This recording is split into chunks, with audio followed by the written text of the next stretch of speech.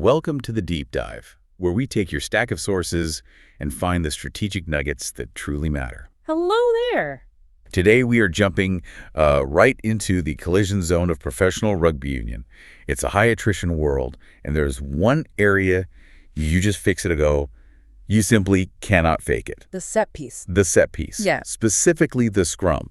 If you can't get clean, quick ball there, you just aren't winning any high-stakes games. And that reality, that structural truth, really defines our whole mission today. We are tracking what is, I think, one of the most significant strategic transfers we've seen in a long time. Scott Sio, Yeah. a 74-cap Wallaby veteran moving to Manu, Samoa. Exactly. And this isn't just some late career swan song. This is a masterclass in using the modern eligibility rules. It's a targeted strike, really, to fix a weakness that has plagued them for a generation. And the sources are so clear that this is all pure strategy. I mean, Sio makes this switch late in 2025, but he does it right in the middle of signing a big contract extension with Exeter Chiefs, keeping him in the absolute grind of the English Premiership through the 2025-26 season. That tells you everything. He is still an elite operator. And it tells you that this transfer is designed specifically to fix Samoa's historic problems at the scrum. You have to look at the calendar. Yeah. This is all about one thing, the 2027 Rugby World Cup.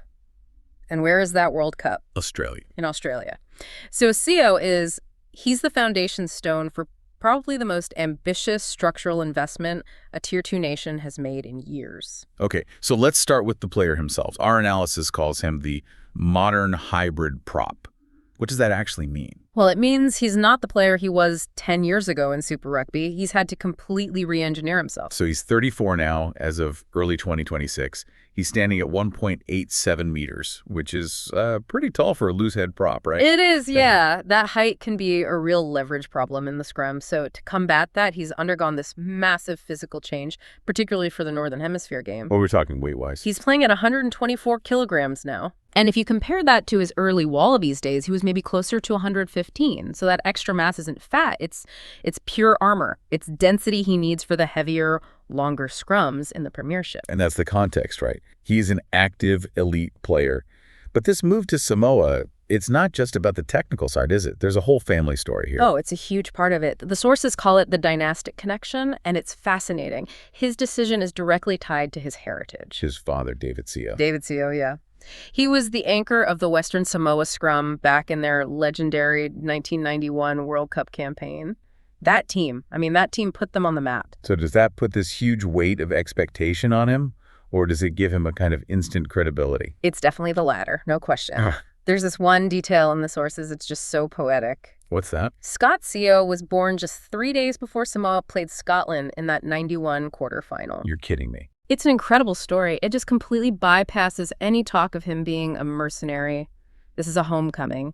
It gives him this immediate, deep-seated cultural capital with his new teammates. Okay, so he's got 74 caps for Australia. Let's get into the nuts and bolts. How was this transfer even possible? This is the strategic part. It's all about World Rugby's Regulation 8, the birthright transfer rule. Which requires that 36-month stand-down period. And the planning here was just meticulous. Sio played his last game for the Wallabies in September 2022. Right. So that clock started ticking. 3 years later, almost to the day, he becomes eligible for Manu Samoa in October 2025. An incredibly tight turnaround that let him step right into their biggest challenge. Which was qualification. And this brings us to why they needed him so badly. I mean, this is the team that can play such brilliant, exciting rugby. Why was one 34-year-old prop so critical? Because for years, all that flair was built on shaky foundations. Manu Samoa has some of the best athletes and ball carriers in the world. But their set piece, the scrum, the line-out drive, it was often a liability. It would just bleed penalties and momentum, especially late in games. And the cost of that is so much more than just the 3 points on the scoreboard, isn't Oh, it? absolutely. It costs you territory, it brings on mental fatigue, and crucially, it gives referees a reason to keep penalizing you. It's a negative feedback loop that the top teams just don't have. So Sio brings what the sources call intellectual property. Yes. This is a guy who's played in a World Cup final. He knows how to manage a test match referee, how to problem solve in the heat of the moment. That kind of specific skill set is just, it's gold dust for a Tier 2 nation. And we saw that pay off immediately. The first test wasn't some friendly match. It was the final qualification tournament for the World Cup in Dubai, November 2025. They threw him straight into the fire. Literally. His debut was against Namibia. Now, Namibia, they are known for their abrasive, heavy pack. Their whole game plan is to try and dominate you up front. So CO starts at loosehead. And the result? Phenomenal. The key metric, the one number that tells the whole story, is this. Samoa achieved a 100% scrum success rate. 100%.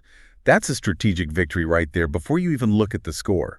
It's historic for them. The reports all talked about his stabilizing influence. His scrummaging was stable, it was square, it was legal. He just completely neutralized Namibia's star tight head. So he denied them the chance to milk penalties. Exactly, which is the classic effective tactic against Pacific Island teams.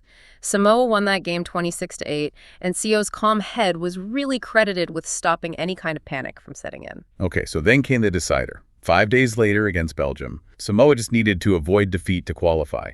But the coach benches CO. Why on earth would you hold your ace back? It's just brilliant high IQ coaching. The plan was to use him as an impact closer. Right. Deploy his fresh, elite experience against Belgium's tired legs in that last 20 minutes when the pressure's just going to be off the charts. And it worked.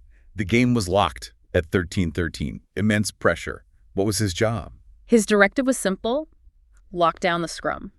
And the difference he made was so subtle, but so vital. Okay. So he just kept the scrum off the ground. He prevented it from buckling. He countered their attempts to wheel it. He didn't have to win a big penalty. He just had to stop Samoa from conceding one. Which would have cost them the whole thing. The whole thing. That ability to just grind it out secured the 13-13 draw, and they qualified for RWC 2027 on points difference. So if we connect that to 2027, he's clearly not just a veteran along for the ride. He is a high-output strategic weapon. Absolutely.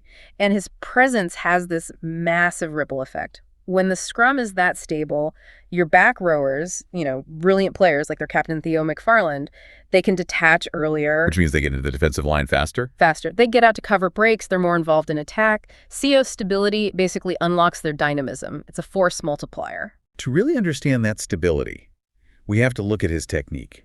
Section 3 of our deep dive, the Exeter effect. I mean, going from the fast dry tracks of Super Rugby to the mud of the Premiership is a huge adjustment. It's a different sport almost, and it demanded a total transformation. Exeter's whole game is built on intense possession, that relentless pick-and-go game, especially in what they call the red zone. Right, the 22-meter area. Yep. Where games are won and lost and where discipline is everything. And he has excelled there. He uses that 124-kilo frame to make those brutal hard yards. He's even added a scoring threat. 6 tries for the club is fantastic for a prop. But for Samoa, the most valuable stat must be his discipline. It's mind-blowing. In the entire 2023-24 Premiership season, he conceded just 3 penalties. 3 in total. 3 total in all recorded stats. That is it's a testament to his technical cleanliness. For a team like Samoa that can struggle with penalty counts, that is priceless. And he's durable. He came back from a pretty nasty knee injury in late 2024 and started in a huge win against Saracens just a few months later. He's robust. And that high performance level lets us benchmark him against the very best in the world. Our sources call him a technical stabilizer. Meaning his goal isn't always to destroy the other scrum. Not always. It's to guarantee a clean, static platform for his own team. It's a subtle but crucial difference. Okay, let's do the comparisons. Let's start with the big one. South Africa's Wrecking Ball, Box Nenche. Right, the classic matchup. Nenche has that incredibly low center of gravity, and he loves to get underneath taller props. Which CO is. He is. But CO has a very specific technique to counter it. He uses a long bind and keeps his chest really wide. It maximizes the contact area and stops Nenche from getting under his shoulders to drive up. So the verdict is a stalemate. It's a strategic stalemate. He prevents Nedge from winning those easy penalties. And against the world champions, denying them that weapon is a massive tactical victory. Fascinating. It's about neutralization. Okay, what about Ellis Genge of England? The complete opposite. All explosive power. Genge is chaos. CO is calm. Genge might give you a brilliant run in the open field, but he's also more likely to lose his bind or pop up in a scrum. He's volatile. Whereas CO gives you a guaranteed 7 out of 10 set-piece performance every single time, with almost 0 disciplinary errors. For a team like Samoa that needs stability above all else, that guarantee is far more valuable. How does he stack up against the best technical prop in the world, France's Cyril Bale? Well, Bale's the complete package, isn't he? Power, plus the hands of a back. But what's interesting is the sources call CO Bay Light. Bay Light. Yeah, he's developed that same ability to give those little tip passes at the line, a skill he's really honed at Exeter.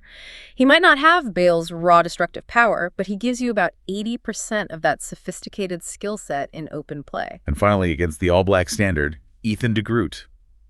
They have a history. And this is where CO's experience is just pure gold. He knows the dark arts of the New Zealand scrum inside and out. He knows when they're going to try the wheel to turn the scrum and force a penalty. And he can counter it. He can anticipate it. He'll preemptively anchor his hip position, a tiny adjustment that locks the scrum square and stops it from turning. That specific knowledge against the top teams is just invaluable. So, zooming out, it really feels like CO is the quiet architect of this whole RWC 2027 campaign for Manu Samoa. He is. The biggest takeaway from all this is that he turns their scrum from a historic liability into a genuine weapon. That 100% success rate against Namibia wasn't a fluke. It's the new foundation. And that foundation lets them launch their attacks with confidence, a luxury they've rarely had. And his low penalty count means they keep the ball, they keep momentum. Plus, you can't discount the psychological boost of him playing a World Cup in Australia, the country of his birth. It also validates the pathway, doesn't it? It shows other heritage players that switching to Samoa is a real, professional, performance-driven choice. Exactly, and you're seeing that high IQ nucleus form already. The sources point to the synergy with Wallabies center Len Ikitau, who's also joining him at Exeter. That becomes a template for the future. The report is so clear on this. Scott Cielo is operating at the absolute peak of his technical powers. He's traded a bit of youthful speed for elite mass, experience, and precision. He is, without a doubt, a Tier 1 talent in a Tier 2 jersey. And what he's doing is leveling the playing field. He is winning the invisible, complex battles up front that will finally allow Samoa's incredible flair to shine on the biggest stage of all. A game-changing perspective. And that leaves us with a final provocative thought for you to consider. Will the strategic, high IQ recruitment of veterans like Scott Cielo, made possible by these targeted eligibility changes from World Rugby, fundamentally transform the competitive landscape of the World Cup? Could this be the key that finally turns Tier 2 nations into genuine, consistent challengers to the old guard? That's something to mull over until our next deep dive.